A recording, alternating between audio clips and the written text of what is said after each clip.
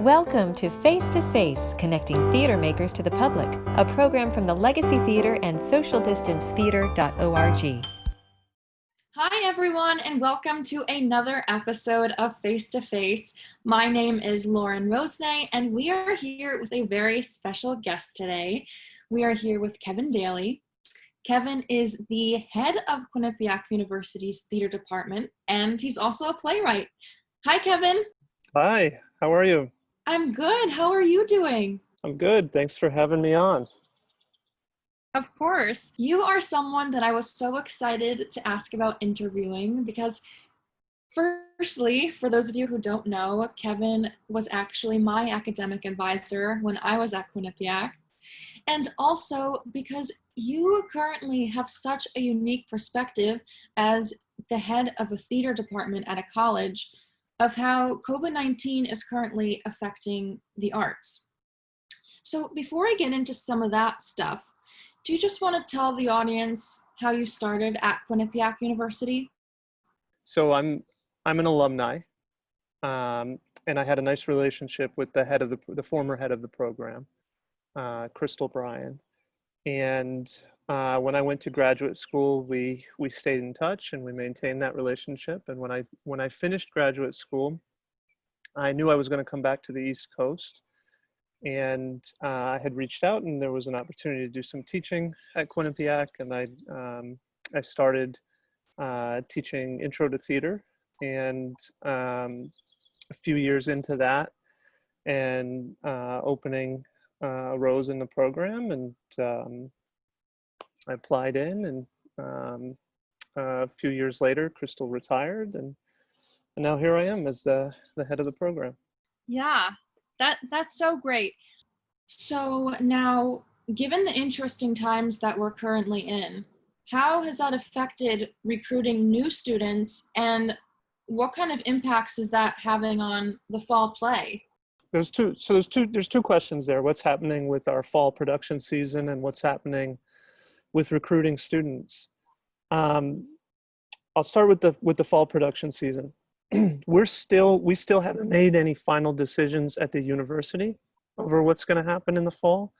And we're obviously in the theater program waiting for the university to make some of those important decisions before we finalize our plans. In the ideal scenario, we're back in action and we're performing as we planned. We had a really exciting fall season ahead of us. We're bringing in a recent Yale graduate director, Rory Pelsu, who was going to direct a devised piece inspired by Oscar Wilde's The Importance of Being Earnest. Our hope is to still do that.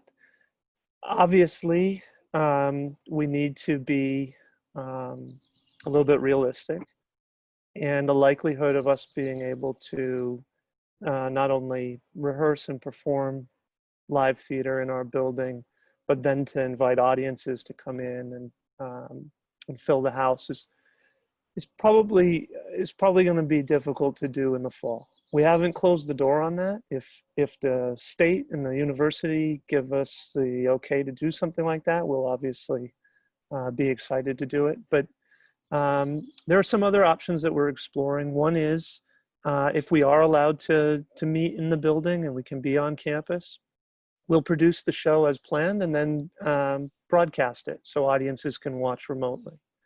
If even being on campus and rehearsing in person is not an option, then we're going to pivot into some either radio plays or what we're calling Zoom productions for the fall. But one way or another, we're going to be doing theater.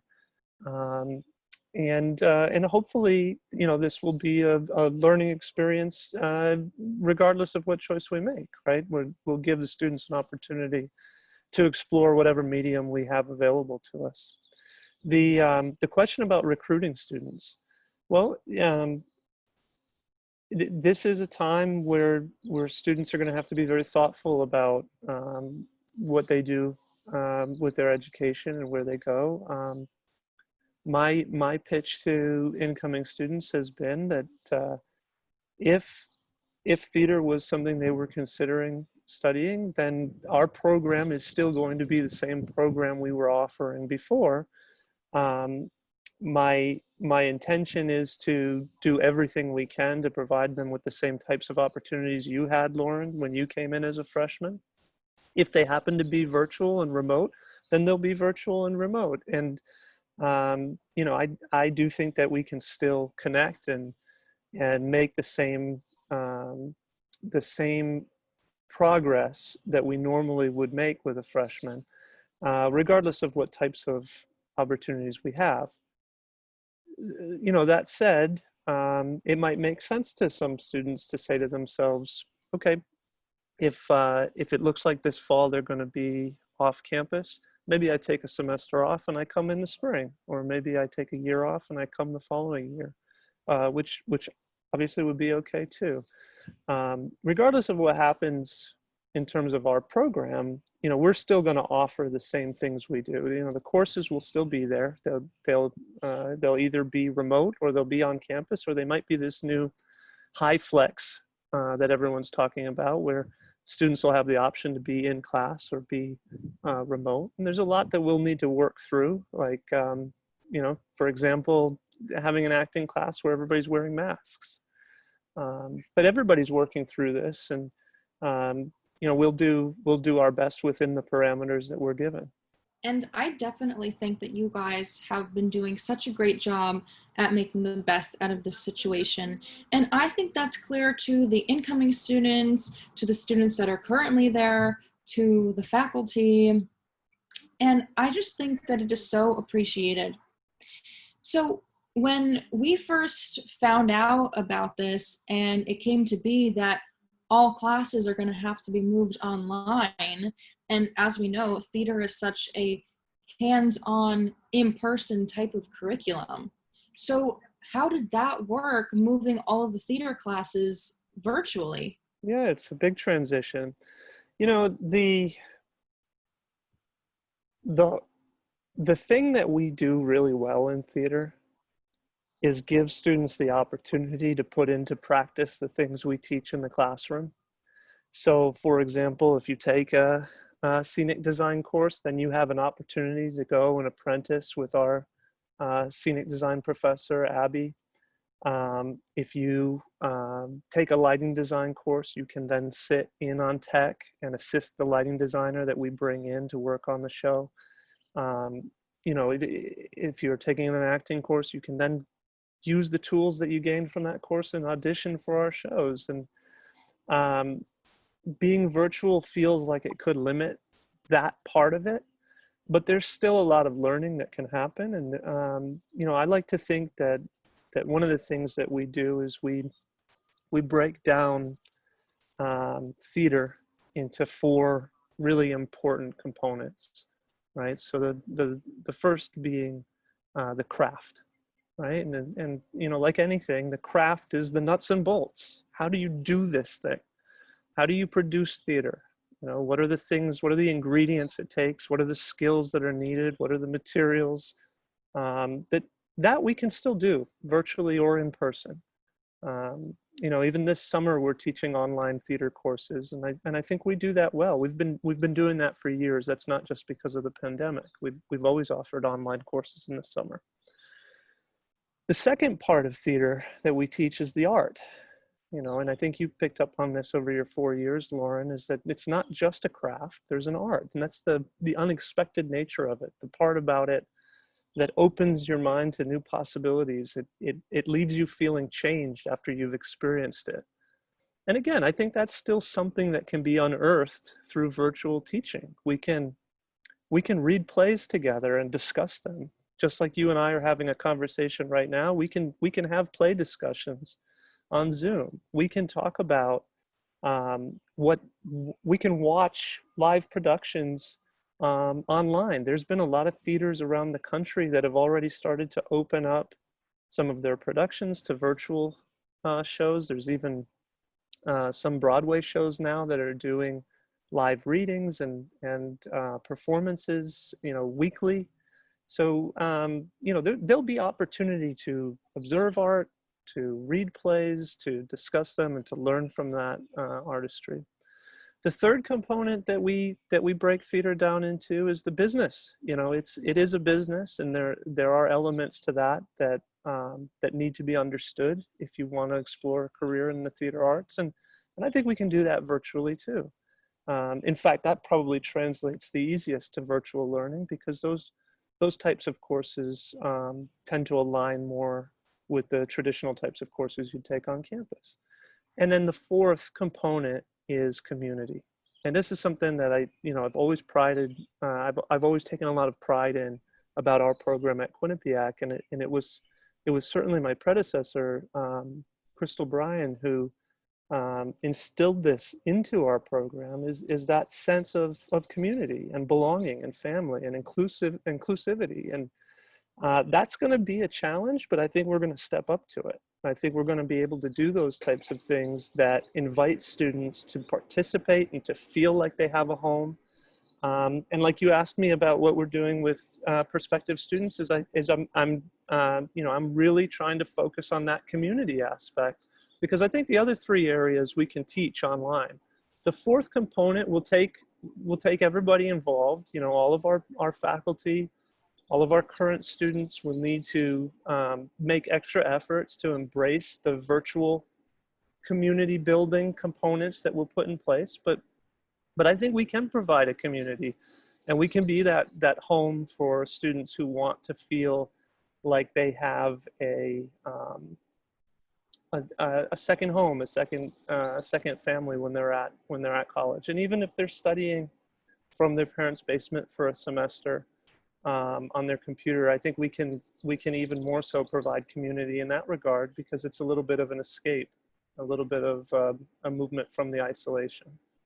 So I think we can do all four of those things just as well as we've done in the past. We're just going to have to innovate and think differently about how we approach it, but I think we can do it, and I'm confident. I think you guys can do it too. I'm very confident in that theater department over there. So I also mentioned that you are a playwright, and would you mind just giving us a little bit of a background of how you got into playwriting? And then it would be awesome if you could give us some updates on what's been going on in that realm of your life. Sure. I found playwriting the way that I hope all of our students will find the thing that they ultimately end up doing. It was through exploration. I was actually a criminal justice major as an undergrad. My degree as an undergrad is in criminal justice. I completed the program, and I got a lot out of the program. But it was part of a liberal arts curriculum, and part of that curriculum encouraged me to explore courses in the arts. And one of the courses that I explored was playwriting. And from the moment I started that course, I felt like there was something really inspiring for me. And particularly what it was that when I was doing work for that course, it didn't feel like work. It felt like something that I wanted to continue doing. And, you know, it was probably the first thing I'd encountered in my life where I really felt an urge to get out of bed in the morning and start doing that thing. You know, I would call that thing telling stories. And it happened to be that I found it in the vehicle of playwriting.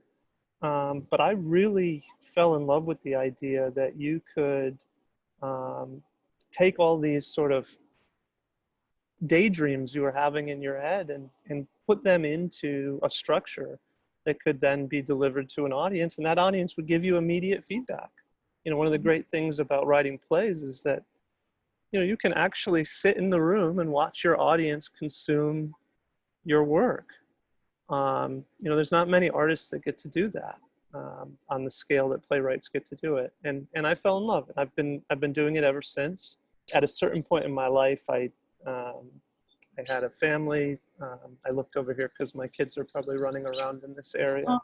I took on the job at Quinnipiac, and I, you know, committed to dedicating a smaller portion of my life to my playwright career. And so that's what I mean by my career is where it should be. If I wanted more from it, I would need to dedicate more of my energy and my time to it. I work with an agency, the Robert A. Friedman Dramatic Agency, and they do a really nice job of helping me get my plays out to professional theaters and festivals and workshops around the country. I recently had 2 plays published with Heartland Play Publishing, and that was through the agency. We had a production out in Long Beach, California, with a company called Pandora Productions. They do a New Works Festival every year. They do a really nice job. This spring, I recently finished a new play, and it was picked up as a finalist for the Kitchen Dog Theater New Works Festival, and a semi-finalist for the Premier Stages New Works Festival in Jersey. It had a reading in New York, and it also had a reading out in California earlier this year. So, you know, I'm right. I aim to finish a full-length play every year, and then I estimate that we send it out to about 200 theaters and festivals and workshops. And, you know, in a given year, I'd say somewhere around 2 to 3%, you know, acceptance rate is what I'm working with at this stage. Congratulations. I didn't even know about all of that. That is super impressive, Kevin. So can you just tell people how you've continued to stay creative during this time? Yeah, well, it's hard. It's hard to do. I mean, now that the weather's getting nice, it's starting to feel a little bit better. It's hard to be creative when you don't have the social interactions and you don't have the variety of your, you know, the spices that make life interesting. You know, for a little while, and I'm sure everyone can relate, it started to feel like the days were blending into each other. You know, certainly with us having young kids, it felt like basically we were waking up on Groundhog Day, and it was just, okay, you know, go through the routine, and, you know, next thing you know, we're just starting that routine over again and over again. And it can be hard to sit down and try to write a play or do any sort of creative work within that. There's a discipline to it, and part of that discipline is what, you know, got me sitting down and working. You know, I like I said, I aim to have a full length done every year, and so that, you know, that's still there, and that's still motivating me. The other component to it is, you know, an escape. You know, that was probably what drew me to playwriting in the first place, was this opportunity to really escape into other people's shoes and other people's lives, and explore through those, maybe even things that I was working through myself. And, you know, this is still a time to do that. And yeah, I think it's just, you know, maybe cracking the whip just a little bit more on yourself to get to work. But that's how I've done it. That's how I've stayed motivated. Yeah, that's great. And there are so many important takeaways in what you just said. And I am looking forward to continue supporting you and to continue following your work. And this obviously goes without saying, but I wish Quinnipiac University the best during this extremely trying time. And I know that we're going to get through it, because there's this sense of community that you were talking about. I remember when I was actually involved in one of your play readings, and that was a super cool experience for me. And I actually still have the script on my shelf. Kevin, thank you so much for doing this today. I am so appreciative, and I look forward to hearing from you soon. Thanks, Lauren. I appreciate it. Thank you for joining us on Face to Face. We would like to thank our sponsors, Oak Tree Development and the Community Foundation for Greater New Haven, and Brad Ross for the themed music. You can follow us on legacytheaterct.org.